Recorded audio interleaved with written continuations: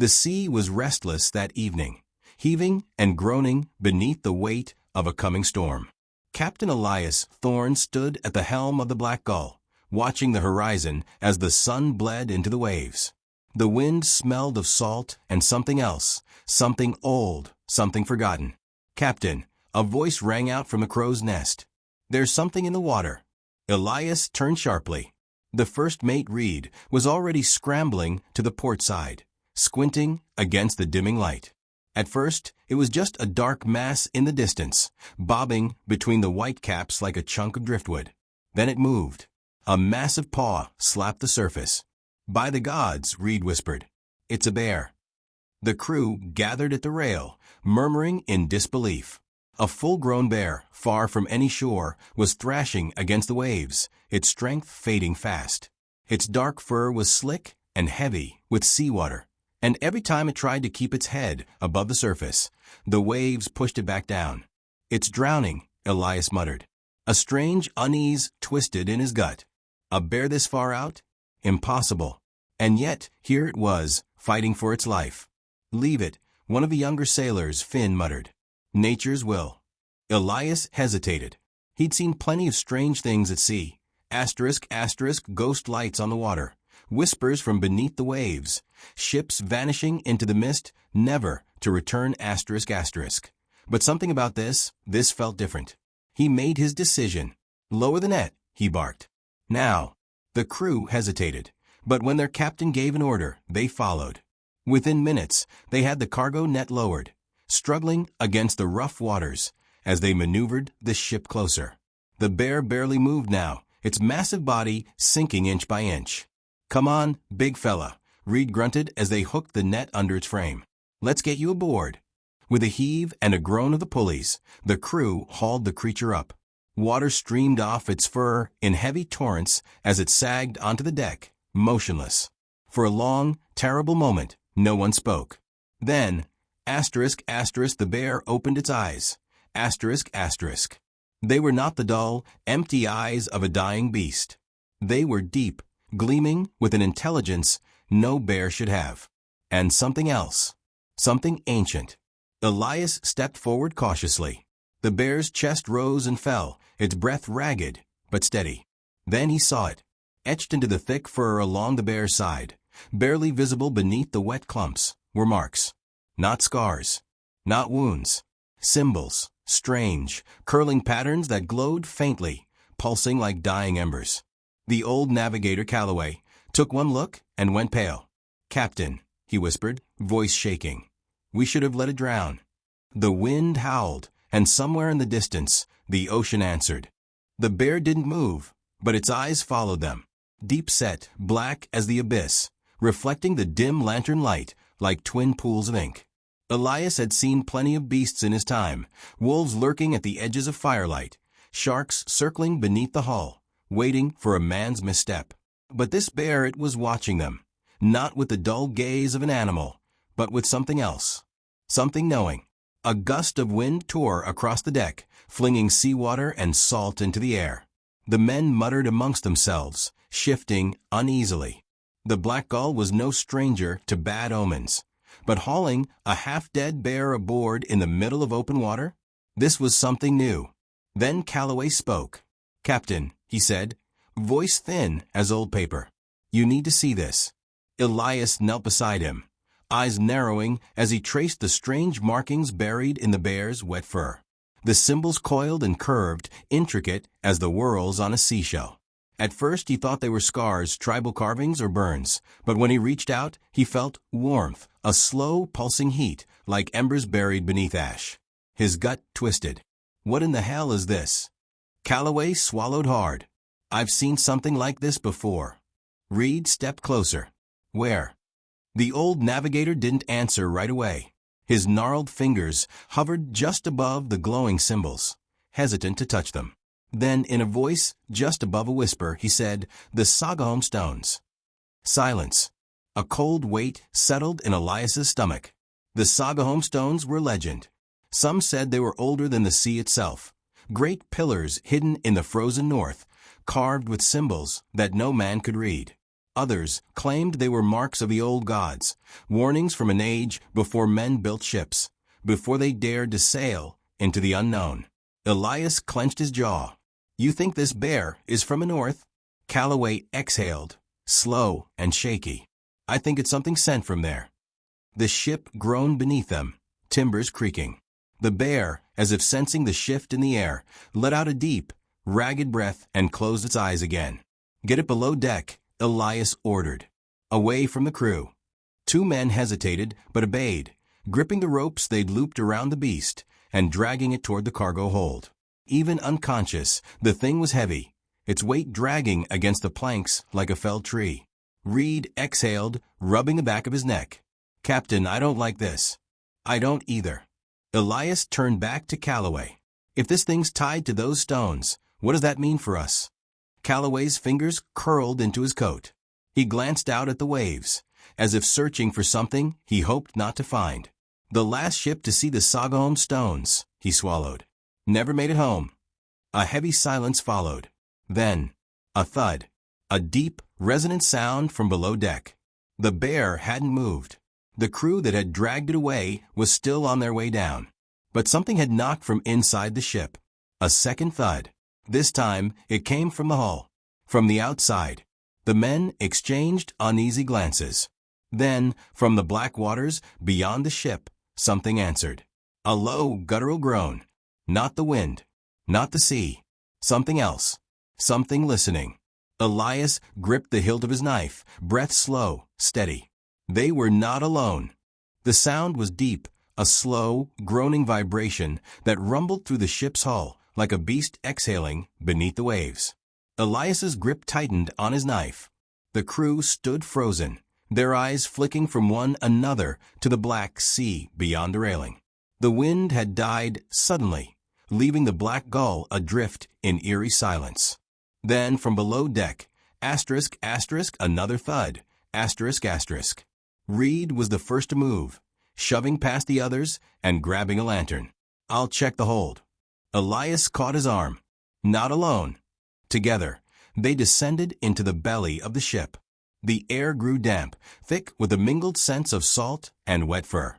The lantern's glow flickered against the wooden beams, casting long, shifting shadows. The bear lay where they had left it, its massive chest rising and falling in deep, labored breaths. But something was wrong. Water. A thin pool of seawater was spreading across the floor, seeping through the planks from below. Elias knelt and pressed his palm against the boards. The wood was damp cold. "Is the hull leaking?" Reed asked, voice tight. Elias shook his head. If the ship had sprung a leak, they'd be sinking fast. This was different. The water was moving against the ship's sway, almost as if it were being pulled in by something unseen. Then the bear shifted. Both men took a step back as its massive head turned toward them. Its eyes, black, endless, knowing, met Elias's, and for the first time, he felt something that nearly made him recoil. Not fear. Recognition. Then, the ship lurched, A shout rang out from above deck. "Captain, the storm's coming in fast." Elias and Reed exchanged a look before scrambling back up the steps. What they saw made their blood run cold. The sky had split open. Dark clouds churned overhead, twisting in unnatural spirals. Lightning crackled through them, but not in wild, jagged streaks. It moved in patterns, curving, looping, forming symbols in the sky like the ones carved into the bear's fur. The wind struck a second later, howling like a living thing. The black gull rocked violently as waves rose higher than the mast, slamming against the hull with unnatural force. "Reef the sails." Elias roared. "Secure the rigging." The crew scrambled into action, fighting against the chaos as the storm bore down on them. Elias gritted his teeth, his eyes flicking back toward the hold. The bear was still below, but something told him, it was awake now, A scream cut through the wind. Elias spun just in time to see Finn, the young deckhand, wrenched overboard, Finn. Reed lunged for him, but it was too late. The sea swallowed him whole. Elias reached for the rail, expecting to see a flailing body in the waves. But there was nothing. No splash. No sign of struggle. Just the churning black water. Then, a shape, It moved just beneath the surface, enormous and shifting. Too large to be a shark, too sinuous to be a whale. It slithered just out of reach of the lantern's glow, circling the ship like a predator, assessing its prey. And then, in the darkness, something looked back. Not with eyes. With hunger. Elias felt the pull in his gut, the same feeling he'd had when he first saw the bear. An instinct older than fear itself. "We have to get out of here," Reed rasped. "Now." But before Elias could give the order, the ship lurched again. Only this time, it wasn't the storm that was moving them.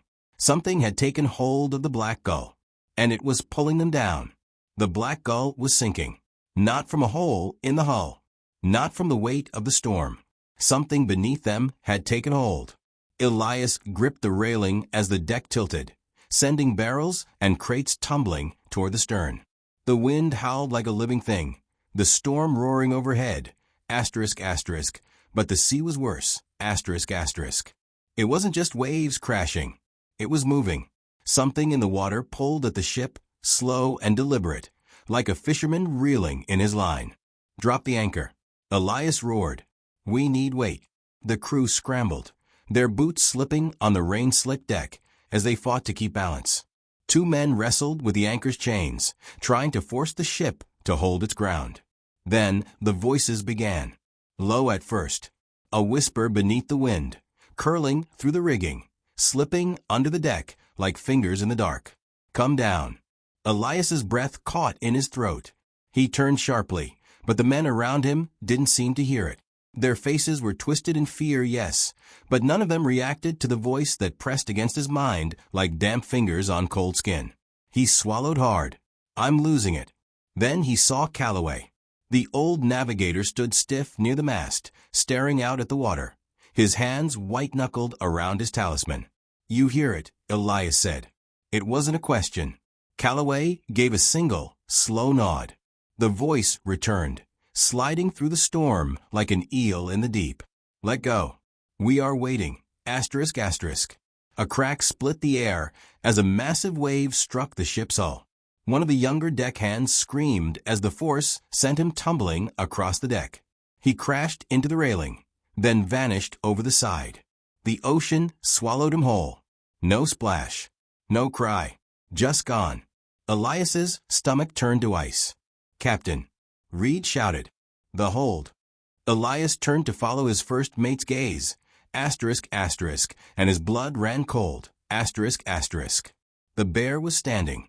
Not groggy, not weak. Standing. Watching. Waiting. Its massive frame filled the entrance to the cargo hold, rain soaking its thick fur. The strange symbols carved into its body were glowing now, brighter than before, pulsing in rhythm with the lightning splitting the sky. And its eyes, black and endless as the abyss below, were fixed on Elias. Calloway stepped back, shaking his head. "We should never have taken it aboard." Elias barely heard him.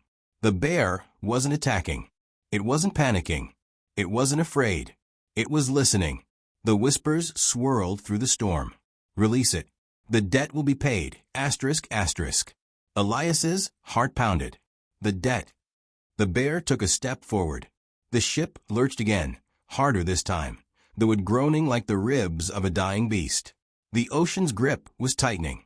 Calloway turned to Elias, his face pale with dread. "Captain, we're being claimed." Elias clenched his jaw. He had no love for gods, old or new.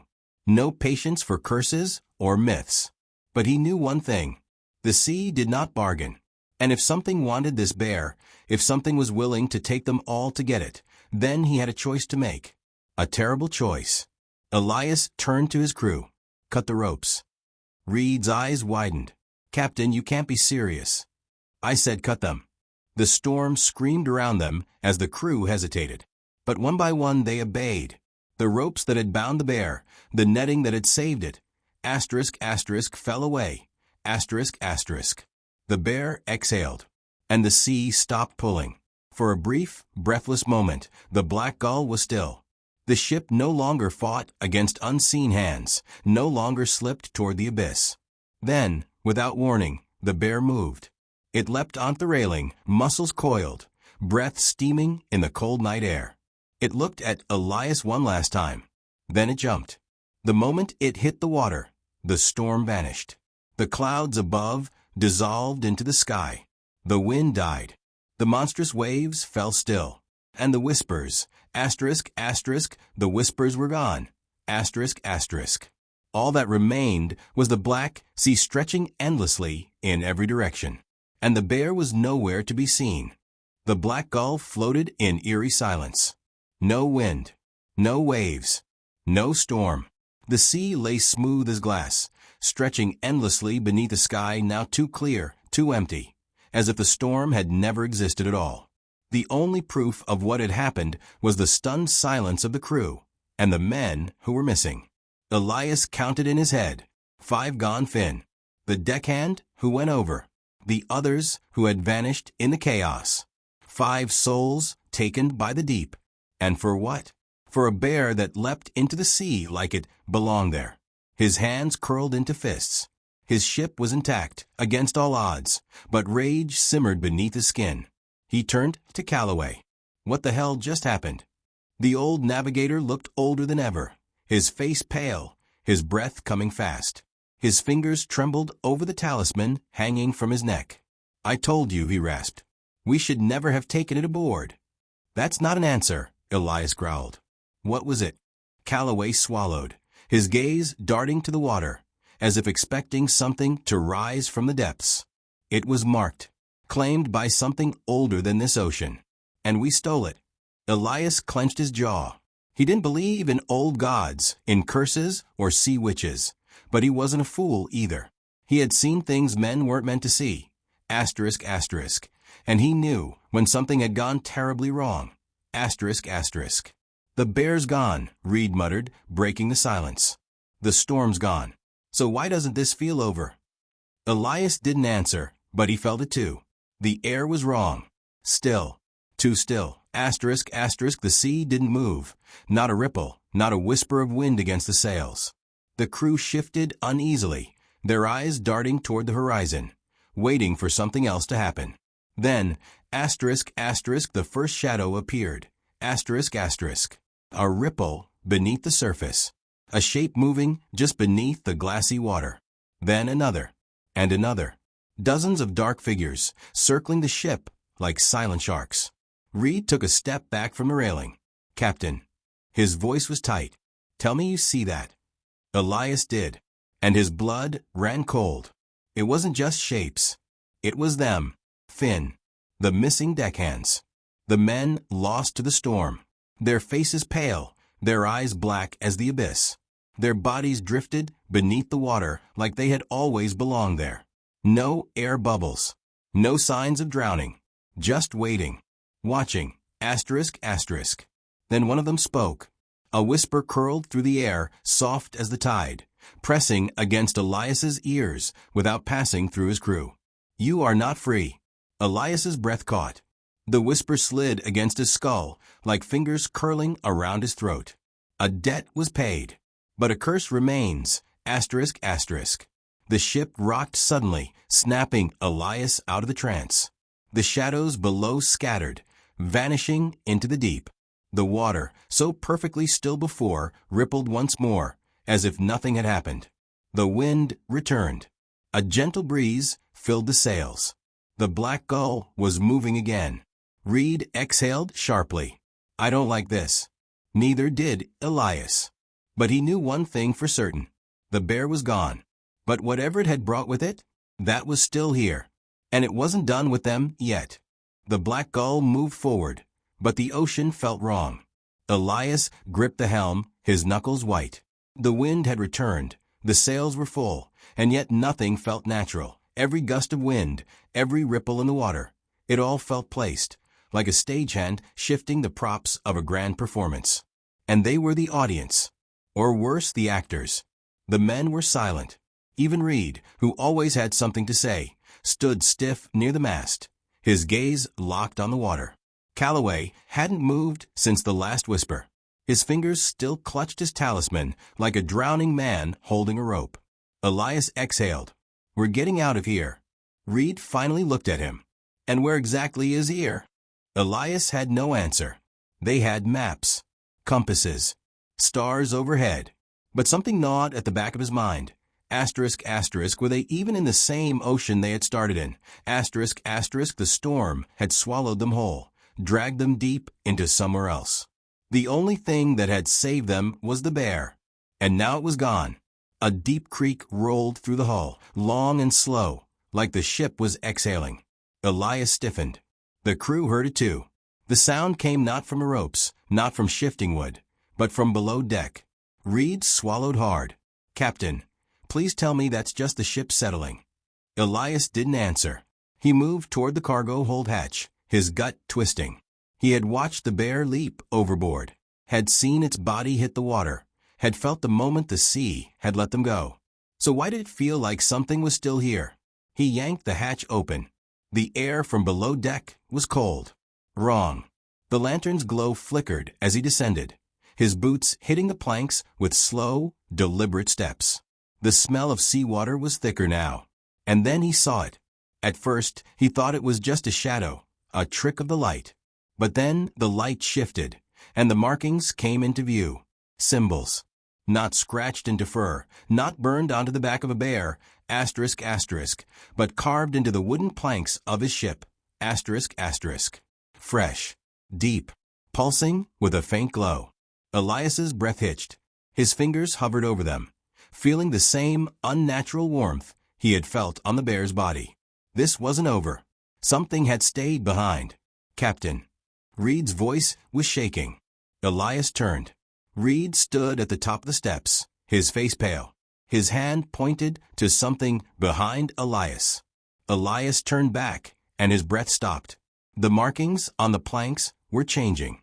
The carvings shifted, forming new shapes, new symbols, not random anymore. A message. One word. Wait. A chill ran down Elias's spine. The whispers had gone silent, but something else had taken their place. Not a warning, a promise. The bear would return, and next time it would not come alone.